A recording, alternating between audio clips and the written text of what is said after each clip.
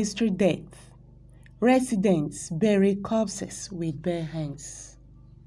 Fourth-line politician Alhaji Buba Galadima in this interview speaks on mystery death in Kano State amid raging coronavirus pandemic.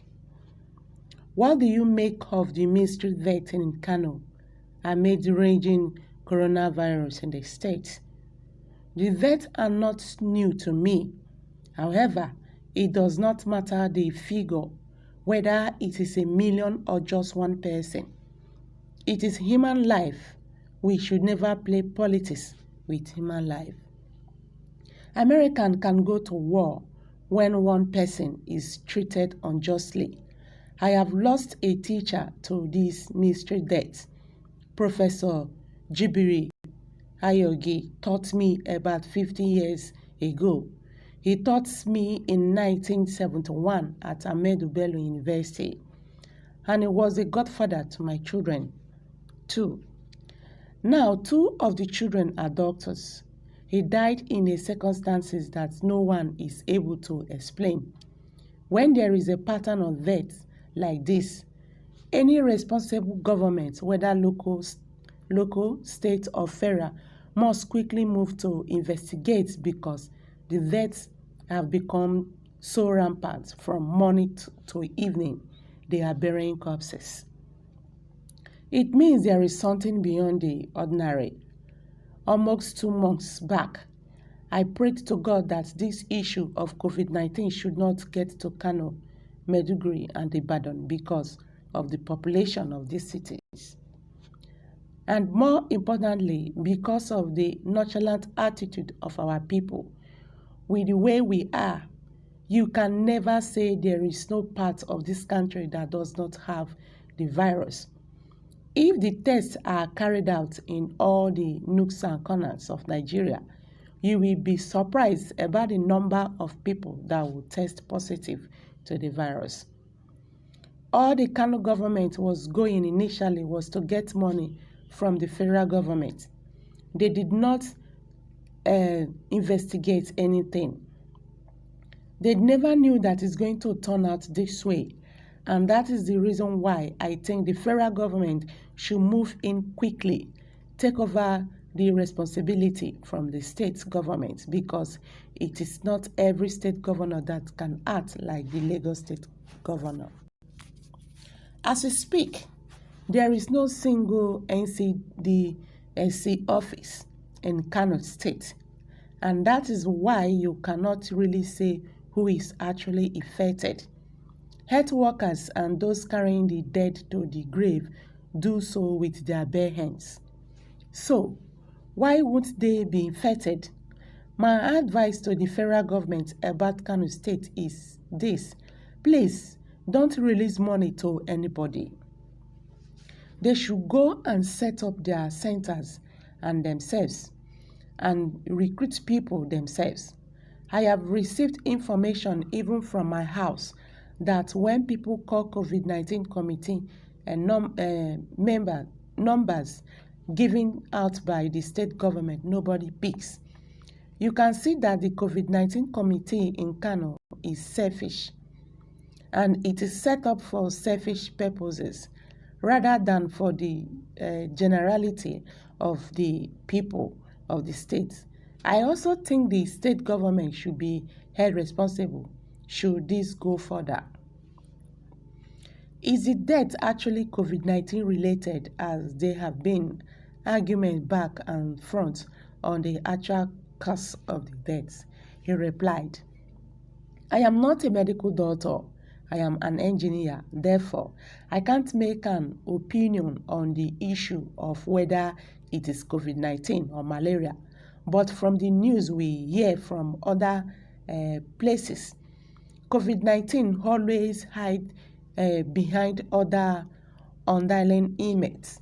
COVID-19 only compounds such images. That is why I believe that the federal government should move in quickly to Kano State. Why is it the state government burying the dead body quickly and hiding the number of the dead? There is no test to confirm what killed them or the cause of the death. They just rushed to the cemetery to bury them. Also, the state government is not doing enough sensitization on this disease. The clerks are there, traditional rulers are there. They should make use of them. Let them spread the news of the virus to their followers. They should be in the forefront of the campaign against this virus, because our people are yet to come to terms with this virus. Some don't even believe it exists. Somebody called me from a local government in Kano last Friday. When he called, I asked him if he was in his house. He said no, he was in the market. I reminded him of COVID-19. His reply was this: disease was for the rich. The disease was for the rich, that we don't believe it, as it has nothing to do with us. I also asked if he went for Jumat prayer. He said, of course, that they just finished prayer, and that it was after the prayer that he came to the market. He said even in the market there was multitudes of people doing normal business, because they believed the so-called COVID-19 was just a propaganda.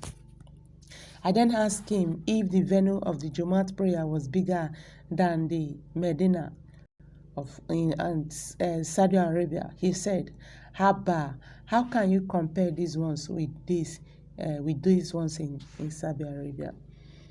Is your imam who conducted the prayer more knowledgeable than the imam in Medina?